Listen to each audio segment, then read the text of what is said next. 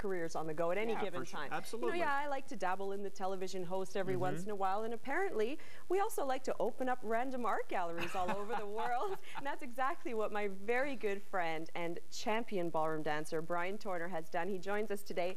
Brian, it is so wonderful to see you. Thank you so much for being with us today. Thank you. I am thrilled to be here. Now, listen, I haven't seen you in a couple years, but really, tell me how you started in this art gallery business and what you're up to.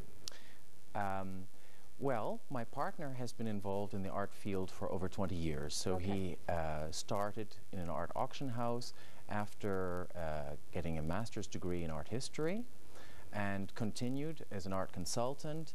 And when the opportunity came up to open up a space in Düsseldorf, we did. And things went so well, and we had been participants in the Toronto International Art Fair for several years, and we thought the time was right to open up a space in Canada. Wow. So what kind of artists do you look for when you're looking for works to show in your galleries? So it's quite a strict program that we have in Germany. It's color field painting, so it's quite minimal art. The direction is called konkrete Kunst.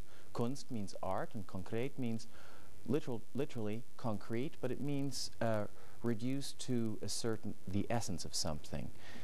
So we take on artists who have a particular penchant or passion for the use of unusual materials, like silicone, like rolled adding machine tapes dipped in sumi ink and made into sculptural form, like shards of glass, and that's sort of what we're looking for. So basically it's really sort of contemporary, very modern. Yes, it's really, it serves as a forum for innovators, our gallery. You mentioned that you're very involved with the Toronto International Art Fair. What do you do with that? So we started off, first of all, you could liken a participation in an art fair to auditioning for a part in a movie. It's not an understood thing that you become a participant. You have to audition, so there's a selection process involved, and it's something that we have to do as gallerists because our artists really expect it of us to get out there, to bring the art to a broader public. And so we started 5 years ago at the Toronto International Art Fair in a category called the Fresh Avant-Garde, and it's for new gallerists showing sort of new and emerging artists. And we have moved to opening a space in Toronto, to actually having shown a solo of a Canadian artist, a solo space. So there is a separate part of the fair where we can do that. And this last year we were on the Selection and Advisory Committee, which is a great vote of confidence from our peers. Well, and there's an Ottawa connection as well. As we understand it, you have an Ottawa-based artist that you're showcasing at your galleries, yes. Right? He's actually, his name is Stephen Cohn-Weeks, and he was actually not born in Ottawa, for the fact that his family is in the military and they were stationed in London at the time of his birth.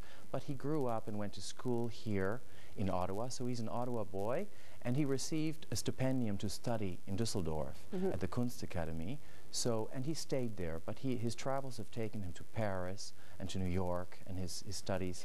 Well, his works are beautiful. I mean, you've brought a couple here. I want to make sure that we point them out before we run out of time. His very original, he seems to sort of paint inside glass. Is that what? That's right. So I've brought two pieces along which serve as thumbnails of his work. His works are really a lot grander and larger than this, but this is quite a good example of the remarkable tension that we can see between strong gestural modern plaster and then fine detail of objects and things of a bygone era.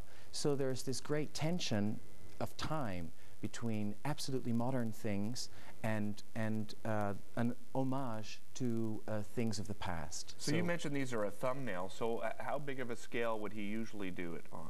So on the scale of about 2 feet square and larger. Wow. Larger. Wow. And yes. we also understand you have another Canadian artist. You feature, we should mention, 40 different, from over 40 different countries, right? That's right. And you have another Canadian artist that you feature who does black and whites of landscapes. Is that right? Tell us about him. That's correct. So really the niche, since we've been in Canada, is that we have an international program, But of course, having the faith in Canada and its market, we want to be able to include Canadian artists in the program that fit into the mandate of the gallery. And one other artist who's coming up May 8th, a solo show, is David Burdeni, who does remarkable works of monolithic splendor in the photographic form, and he mounts them on aluminum. So they bridge the gap a little bit between sculpture and photography, and they are just surreal and wonderfully powerful. We actually did bring up a couple of JPEGs there of his works, and they are incredible. Just beautiful. We thank you so much for stopping at Daytime during your trip to Ottawa. We want to mention that you can find out more at gallerylowsburg.com, and we'll be right back after this with, hey, details more art. More art. Antique show coming up right after this.